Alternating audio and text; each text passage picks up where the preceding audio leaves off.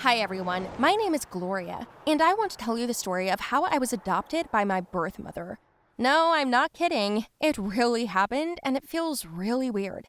Anyway, I'm going to start, and you guys have to like it, write a comment, and subscribe to the channel. I will. Things have always been complicated in my family. Who has often heard their parents swearing? I'm sure many of you have. My mother has always been a very gentle and kind woman. Since I was born late, an only child, my mother didn't hesitate to choose me and didn't regret it for a single day. I always felt her warmth and love. She stayed home and took care of me. Well, what about my father? He was hardly ever home. I'm grateful to him for supporting us, and that's essentially how it should be, or should it? He had his own business, and he just loved having his mother praise him almost every night. He would come home late, sometimes not at all, and who knows where he was or who he was with. My mother was always anxious and worried about it, but she tried not to show me that. There were evenings when my father would come home drunk and then have a concert. Usually my mother would send me to bed, or I would already be asleep, but I would wake up from the noise. I do everything for you, you ungrateful bitch. Where were you today? At home, I told you, I was at home. Don't lie to me, you bitch. Who came to see you today? The plumber? The delivery guy? What are you talking about? I'm at home with my kid. I don't go out, I don't talk to anybody. Yes, of course you do. My daughter spends half the day at school, and what do? You don't let me go to work because you're jealous, so I stay at home, and you give me trouble for that? Shut your mouth! You think I don't know how you look at others? You're paranoid. Where did you go tonight? I called you and you didn't pick up, or you hang up. Don't turn this around on me. Install cameras if you don't believe me. Yeah, 'cause you're dumb, right? You went out to get groceries, and you were with someone else. That's it. There's no point in talking anymore. But my dad wouldn't let up. It was the alcohol in him. I don't know why he was always jealous of my mom, because she really was always faithful to him. She always stayed home and never socialized with anybody. She didn't even have any friends of her own, except for me, her daughter. She didn't share anything, but we talked so much. I loved her more than my father because she really understood me, was always there for me, and never told me off for any dollar I spent. And then, one night, everything got turned upside down. Dad came home drunk again. He started breaking everything around him. Mom tried to calm him down by saying that he was going to wake me up, but Dad wouldn't stop. I know everything! What do you know? I know that Gloria is not my daughter. What? Are you crazy? No. They sent me a very interesting document today. Show it to me. No. Get out of the house. It's mine. Are you crazy? It's the middle of the night. I don't care. Get out. He didn't even let my mother say anything. He got up himself and started packing his things. I couldn't stand it, ran to their bedroom and started crying, begging him to wait till morning. But Dad pushed me, and I fell on the floor and cried. Mom jumped up and started to defend me, but he grabbed her by the hair and screamed and screamed.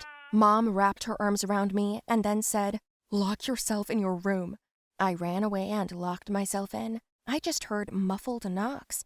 He kicked her out and left me alone. He said it was his revenge.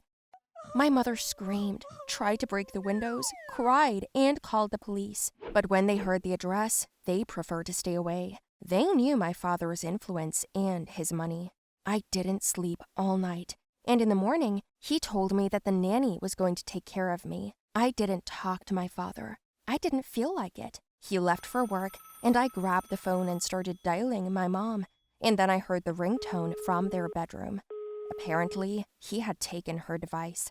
I didn't know where to start looking for her, so I started small. I called all the hotels, morgues, and hospitals, emailed her, but there was no sign of her on social media either. I even went to the police, but they again, when they heard my name, decided to wash their hands of me. My chauffeur drove me to school and picked me up right after. I didn't even have a chance to look anywhere. I tried as hard as I could, calling all the above every day, but in vain. A whole month went by like that. My father kept saying that she didn't need me, otherwise she would have come back. I did not want to believe him, but after another month, the hope of finding her and, in general, the hope that she loved me began to fade. And then my father came and threw some documents on the table in front of me. What is it? Your mother disowned you. What? I told you she didn't want you. She abandoned you and me. What's unclear about that? It can't be. Look at the statement and the signature. With trembling hands, I opened the envelope and realized that it was my mother's handwriting. She had really written rejection of me. It broke my heart. My world turned upside down. So I don't have a mother anymore. And I'm not even sure if my father is really my birth father. I had a hard time. I stopped talking to my friends. I didn't go anywhere. And I withdrew. Thus, about 6 months passed. Not a call, not a message, anything. My dad acted distant too. Then he suggested I go to the town fair and shoot at the shooting range. He knew I loved that. My mom taught me how to shoot. I took some money from him and decided to have some fun. I got in line, bought some bullets, and shot. It went like that for about 5 rounds, and I couldn't hit the stupid can, even though I'd hit it the first time before. And then, poof, shot on target. I turned my head and saw an old lady next to me. She was wearing rags and a dirty hat and clothes. And then she looked me in the eyes, and I was shocked. Mom? Shh! Meet me at the back of the tent in 3 minutes. I followed after her.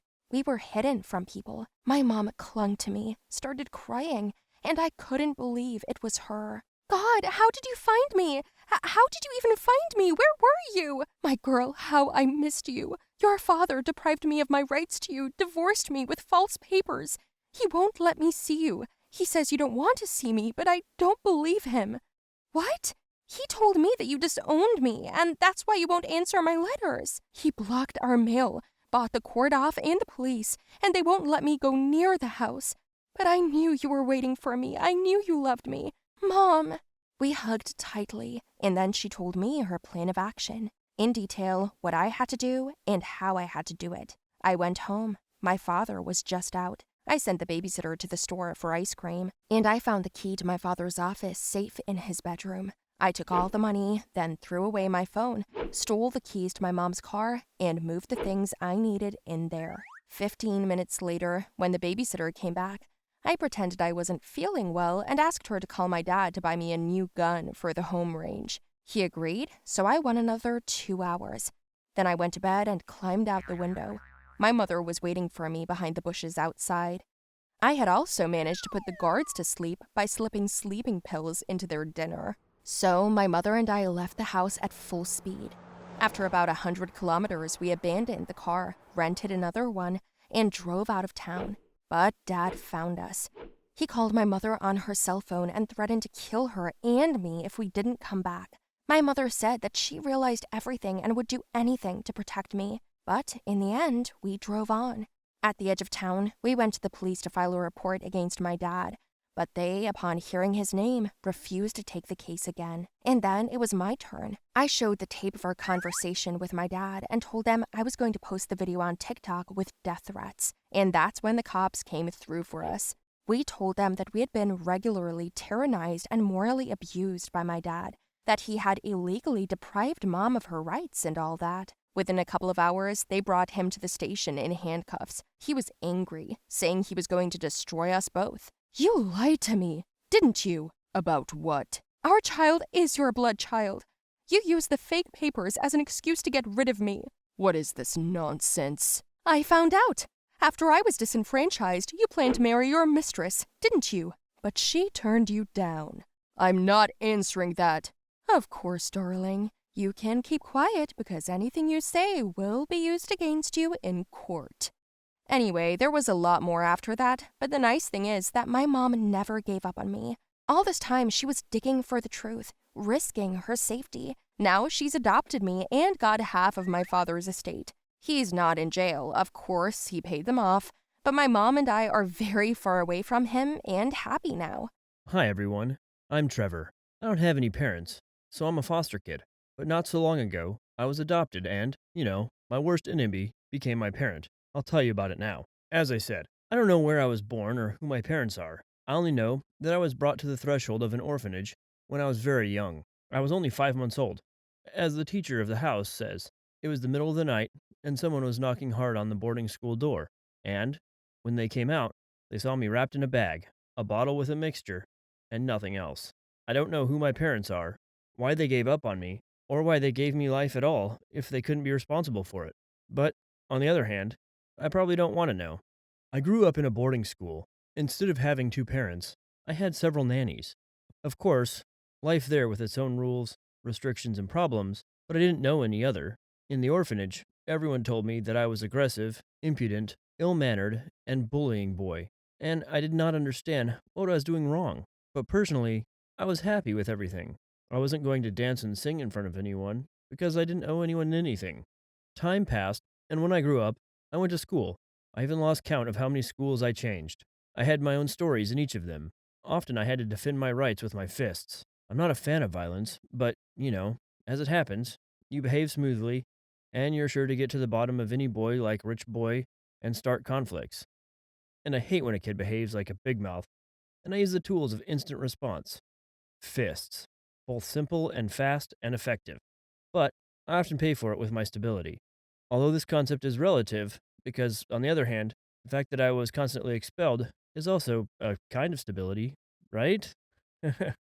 When I was pushed into school for the last time, I had already lost all hope that I'd ever go to the same school for more than 2 months. They didn't want to take me, and this is understandable. What kind of principal would want such a student who constantly undermines the reputation of the institution? But in this, I was taken. The headmistress, Miss Mills, was interested in my candidacy. She said, "We educate even the worst," when I came into the office. This phrase already made me feel uneasy. One look from her said, "Sit down and shut up." Miss Mills had glasses, a jacket, a knee-length skirt, and a shirt inside, and she wore medium heels and probably never smiled. She had a reputation as an iron lady. Everyone was afraid of her, so I realized that I would not stay in this school for long. "Young man, sit up straight. This is not a pub," she shouted to me every time she entered the lesson. "Trevor Anders, come up to my office now. Trevor Anders, leave the dining room. Trevor Anders, go home and change your clothes. Trevor Anders, comb your hair. Trevor Anders, stand still. Trevor Anders, listen. Don't get in the way. Get in, get out." And blah, blah, blah. Oh no, I'm sick of the headmistress. I felt like she was being stupid and picking on me, but she didn't know yet that I wasn't going to let it go. I did everything to provoke her even more. I dropped flowers in pots, scribbled on school walls, furniture, always had a showdown in the schoolyard, fought with the guys, was late for classes, or just missed them outright. I knew I was pushing myself, but I couldn't let Miss Mills boss me around. For each joint, I got either a bad grade or a duty at school, and if I refused to comply, complaints went to the principal of the boarding school, and there I was punished worse. But one day, I got mad enough to plant a rat in her office. She screamed like she was out of her mind. The whole school heard her yell, and I laughed heartily. She immediately figured out who was responsible. I had already packed my things and was thinking of leaving, because the deduction was guaranteed. But she did something else, something I didn't expect. She adopted me. When I heard the news, I thought she was crazy. At first, I didn't even believe it, and then I asked why she did it, to which she replied that she would raise me. Then I realized how badly I was in trouble. From the next day, I started a different lifestyle. Wake up on the alarm clock, shower, breakfast, school without delay, then home, some chores, and sleep. I resisted for a long time, tried to escape, swore with her until I was blue in the face, but nothing took her. She clung to me, and that was it. She didn't have any children of her own. Or rather, she had a son who had been living in his life for many years and didn't even write to her. We fought it both at school and at home. It was a difficult year, but then I think I got used to it. I didn't think she was such a witch anymore. As soon as I thought about it, problems came into our more or less established life. The principal of the boarding school found me and said that my mother showed up and she wanted to meet me. We went there, along with Miss Mills. I have a habit, as it's called. I was terribly worried and didn't know what to expect. I saw before me a thin alcoholic who shamelessly looked me in the eye and said, "Let's go home, son. I need you." I was so stunned by these words that I just kept silent. Miss Mills grabbed my arm and told me to get in the car, and my birth mother started calling me and hit the headmistress. "What do you need it for?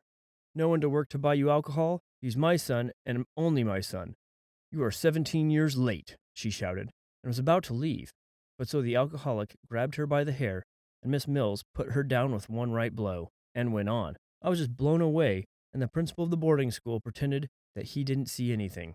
She hasn't been in my life since. When we got home, I wanted to thank her, but she told me not to say anything, so she knows everything.